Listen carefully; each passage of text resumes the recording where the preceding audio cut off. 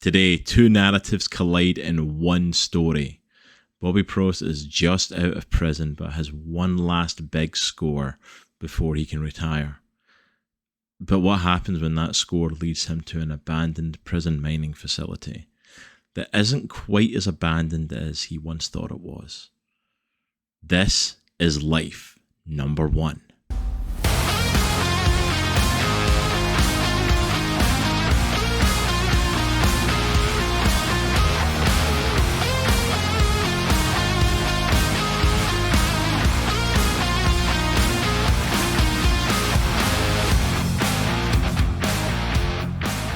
Hello there, Comic Clan, and welcome to Comics and the Cross, the greatest YouTubers you've never heard of.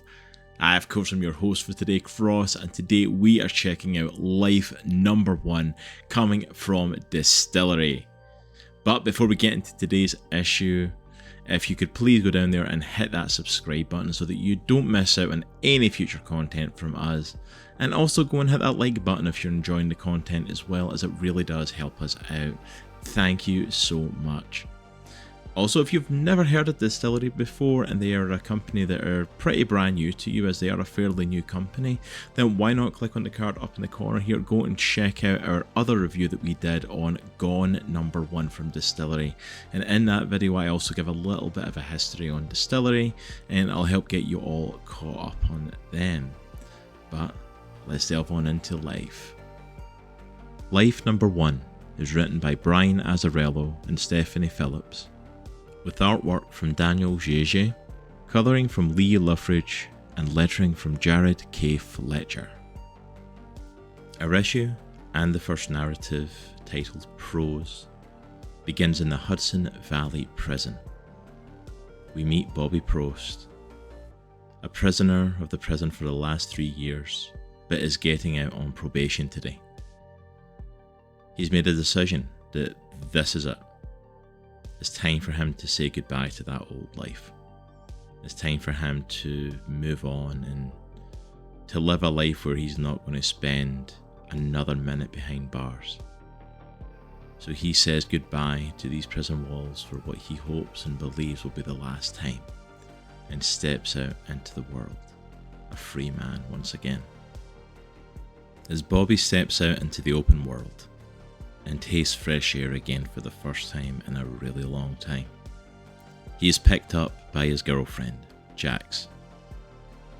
He jokes that she's late to pick him up, to which she responds, "F you, I've had to wait 3 years to come and get you." They embrace and kiss and waste no time in heading back to their apartment to spend some quality time alone together. After they spend some time celebrating Bobby's newfound freedom, the two of them just lie in bed and talk with each other for a little while. Bobby takes a minute just to take in the situation and just enjoy his freedom, but Jax is already setting things up for them and tells him that they have a meeting in the morning. Bobby inquires as to who are we meeting with in the morning? Is it an old friend? Jax tells him kind of, and lets him know that she has a job lined up for them. Bobby is completely taken aback by this and tries to explain to her that he doesn't want anything to do with it, that he's done with that way of life. He's realised that at his age, 3 years inside can take a toll on his face and he's starting to look old. And he's scared of going back to prison and scared of dying in prison. She tries to convince him that it's just going to be one last job, and as much as he tries to convince her that they have enough saved up, they don't need to do anything else, she sways him that although they could have a comfortable life, how much would it hurt really to have a little bit more comfort, and convinces him to take the meeting. So strictly speaking, the job isn't actually in the morning. Rather, the travel to the job is in the morning, as Bobby and Jax have to go into stasis to travel for 5 months in order to meet the person bankrolling their job. As Bobby gets brought out, he's caught up to speed on the job, as well as us getting caught up to speed on what's actually happening. by the captain of the ship, Cody.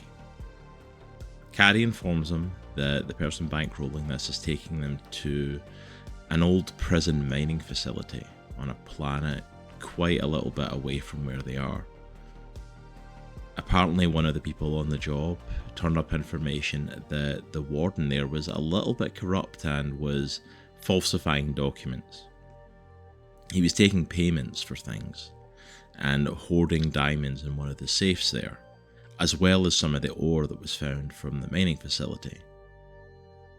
But this was all operational before the Green War, and since the war ended, the facility hasn't been operational and no one's had any contact with it for over a century. The company went out of business, and that means that nobody ever came to collect what was on the planet. And that means there is a safe full of diamonds and ore just waiting for someone to come and pick it up. And that's why they're here. They meet their financier, an influencer called the Queen Jesus, or the Queen Jesus, I'm not quite sure which way to pronounce it, to be honest. She is known and watched by millions of fans, although Bobby has absolutely no idea who she is. She says she deals in experience, providing exciting adventures to places that people have seen but aren't able to go themselves. She's interested in taking her followers on a treasure hunt, and once they make it to the safe, she says whatever is inside is all theirs. She has no interest in what's actually inside. They agree to the job, and everyone has to go back into stasis for up to 6 to 8 months in order to get to the planet that they're heading to.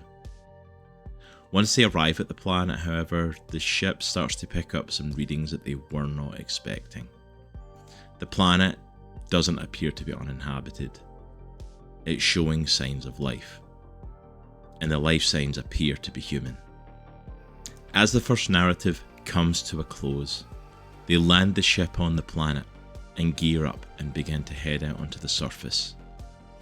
But as Bobby begins to step out of the ship, he is met with an axe that impales him in his chest. Our second narrative, titled Cons, begins with a woman lying in the middle of the road, dying as she is left by her beau, her love interest, Corey James. She's been left as his 19th victim, the 19th victim of the Casanova killer. But as Corey sits in the courtroom, facing trial for what he's done, he has a sick and sadistic smile on his face, while his lawyer and the opposing lawyer battle it out in a very hard-fought and very malicious back and forth as it starts to get quite nasty. But as the lawyers battle it out, the father of the most recent victim has had enough and dives over the barricade, trying to grab at Corey James, screaming that he'll pay for what happened to his daughter, and determined to get revenge for her. Although the father doesn't get the revenge he's looking for in that moment, the trial doesn't go in Corey's favour, and he's sentenced to 32 consecutive life sentences. From here, Corey is sent to a holding facility for prisoners that are awaiting departure off the planet, that are being sent to a mining facility off-world, where they'll be made to work.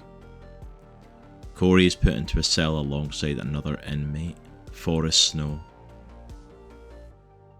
And while he's in there with Forrest, Forrest recognises who he is and calls him out as the Casanova killer.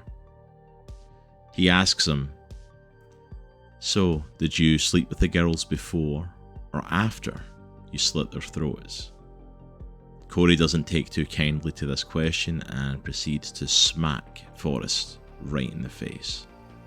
Following being punched in the face, the two of them then actually sit quite amicably next to each other, and Forrest even offers Corey a cigarette.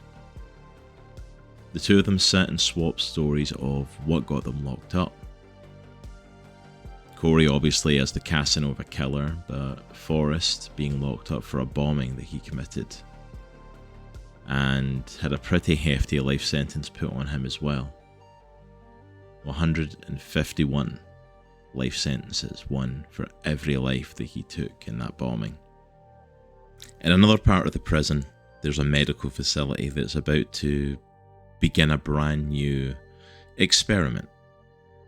They're only approved for 3 prisoners, and the doctors approved to use Cody, Forrest, and a priest that Forrest was speaking to earlier.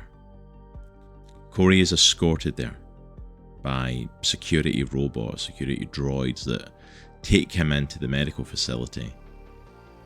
He is immediately uneasy about whatever is about to happen, but before he can make a run for it, before he can try and do anything to get out of it, the robots grab him, take him over to one of the tables and pin him down. Cody is screaming that he doesn't want to die, that they can't do this to him. He wasn't given the death penalty for what he did, and that he still has his rights. The doctor, though, calmly lets him know and calmly reassures him that he isn't going to die. In fact, they're going to do quite the opposite.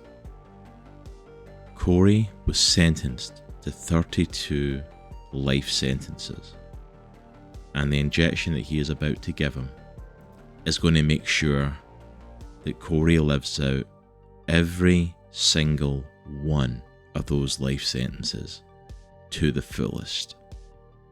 As this second narrative and the issue comes to a close, we jump forward in time by 276 years, and we see a worn, burned and scarred looking Cody alongside Forrest.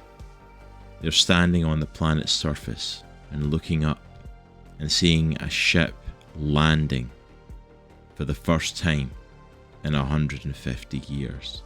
And they have only one thing on their mind now, that is their ticket off of this planet. I really thoroughly enjoyed this entire story.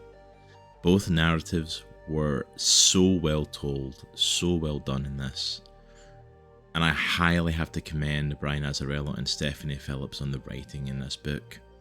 I've been anticipating the release of Life for quite a few months now, and pretty much since it was announced I've been ready for this book and really wanted to check it out, and I'm so glad I finally got the chance to, and it more than lived up to the hype.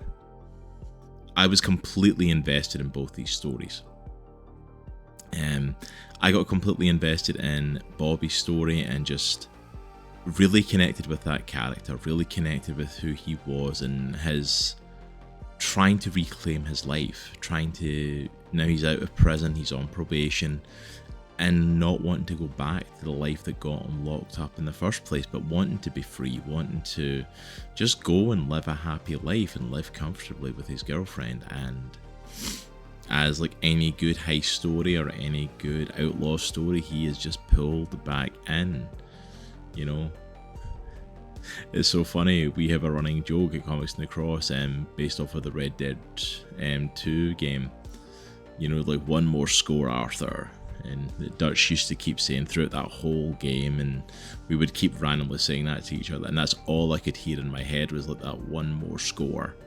And it's like, and that's the way in a story like this, there's always one more score, nothing is ever enough.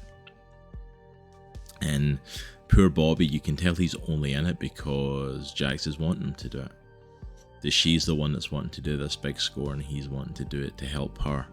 But that he really doesn't want to go into this life. Amazingly though, this book elevates when you hit the second narrative. Like the first narrative is really good, but I definitely enjoyed reading the prose narrative first, because when you get to that second narrative, not only do you get the ending of prose of Bobby getting hit in the chest with an axe, but you don't know what's going on and what's happening on the planet. And then the con storyline. I love a dark story. I tend to gravitate towards stories that have got dark twists to them. I really like that sort of unique storytelling, and something that presents something intriguing like that. And the con storyline elevated this book even more for me, just with that twist of us following, the Casanova killer. He's clearly a sick man, that sick sadistic smile on his face when he's in court. He connects with, Forrest Snow, who's even more sadistic and has even more life sentences than him. But the moment that they go, or that Corey at least goes into the medical facility and is getting injected with the stuff by the doctor and told that it's going to make sure that he lives out all of his life sentences. The moment that line was said, I was hooked. I was like, oh, this just caught my attention and this has intrigued me fully. And then seeing that they've been on that planet for about 200 years or 200 plus years, and this ship landing is the first ship they've seen in 150 years, and they're like, that is our escape. The story just pulled me in, and I cannot wait for issue 2 to drop, because I need to see what happens next in both of these narratives. And I'm so intrigued to see, now that we know where both narratives are coming from, how they intertwine going forward. And is it going to be 2 narratives all the way to the finale, or is the finale of the book going to be back to 1 narrative like a typical story? But I am so intrigued for where this goes. And yeah, massive props to Brian Azzarello and Stephanie Phillips in the writing of this book. And I say that as if that's a shocker. Stephanie Phillips has made a name for herself recently in writing, and Brian Azzarello is pretty much a comic book legend at this point, having written pretty much everything and anything you could hope to accomplish in the comic industry. And Life is definitely not a misstep in any way. It is a high point again for both of them. So for the writing standpoint alone, I would highly recommend picking this book up. And then the artwork in it is just absolutely stunning. Danijel Zezelj, and I hope I'm saying his name right. I watched some interview stuff of him to try and make sure I was pronouncing his name, so apologies if I'm getting that wrong. But his artwork, I had not heard of him as an artist prior to this book, and had not seen his artwork. And his artwork is absolutely amazing in this. He is he's really great at showing like the futuristic style of this being a kind of sci-fi world, while also still everything is a little bit gritty and a little bit sepia tone, and a little bit, it's like it gives it almost like a, if it gone too far into that, it would be very grungy looking, but it doesn't, and it almost kind of like elevates it and makes it feel like it's this massive epic. It's very hard to describe exactly how it accomplishes that, in all honesty, but when I was reading it, I felt the immenseness of the book that he was drawing, and I think he handled stuff beautifully. Like, the artwork is done brilliantly. From, the con story, like I said, was definitely my favourite of the two, but to see them in their prison cell and to see the expressions on the face just and how they're carrying themselves, especially Corey and his expressions, and to see the 200 plus year transition of these scarred, broken bodies, and then to see in like the prose, to see this journey of the spaceship. And the page that really stands out to me is when Bobby comes out of prison and it's just standing on the street, and we get this kind of futuristic street where Jax pulls up in the motorcycle, and it's like it really, you feel like you're in the story.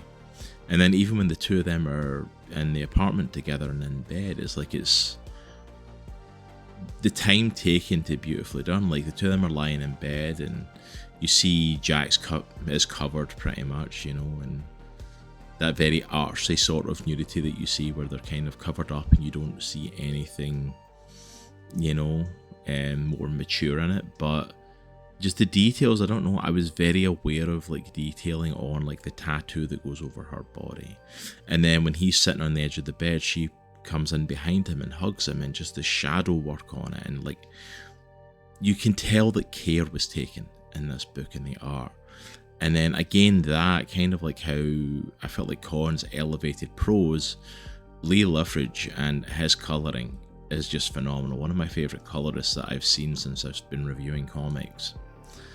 Just elevated Zezelj's artwork so much, just gave it the right feel of that kind of futuristic cyberpunky type look at certain points, and all the grittiness to it. And yeah, it was a delight to read this comic. It really was. I hope that comes across, because like I'm honestly struggling to find the words, and I feel like I want to say more and I want to sing more praises of this book, but I don't know what else to say. This is one of these books I highly recommend. If you're watching this, go pick it up. Go check this out for yourself. Go see what life has for you. Take that in whatever pun you want, but 100% DSTLRY is a company that you should be watching out for. If you've not checked out DSTLRY stuff, you should be keeping an eye out for their amazing content. And go and pick up Life, go check it out for yourself and get all caught up for the second issue dropping when it comes out. I guarantee you will not be disappointed picking this one up, especially if you're a fan of sci-fi. It's a great sci-fi story. It's sci-fi, it's jailbreak, it's heist, it's all these things. But I will highly recommend checking this out, and again, props to the creative team on this. I've been waiting for this book, and you have made it well worth that wait. But that's pretty much it for me for today. Have you checked out Life #1 for yourself? What did you think of the book? What was your preference? Did you like the prose story more or the con side, or were you just a fan of everything in this book? And what other books do you like from DSTLRY? Let us know in the comments below. Also, what other books would you love to see us cover here on the channel? We would love to hear from you down below. Also, if you want to support Comics in the Cross and everything that we are doing, we do have a Patreon page where you can support us for as little as just $2 a month.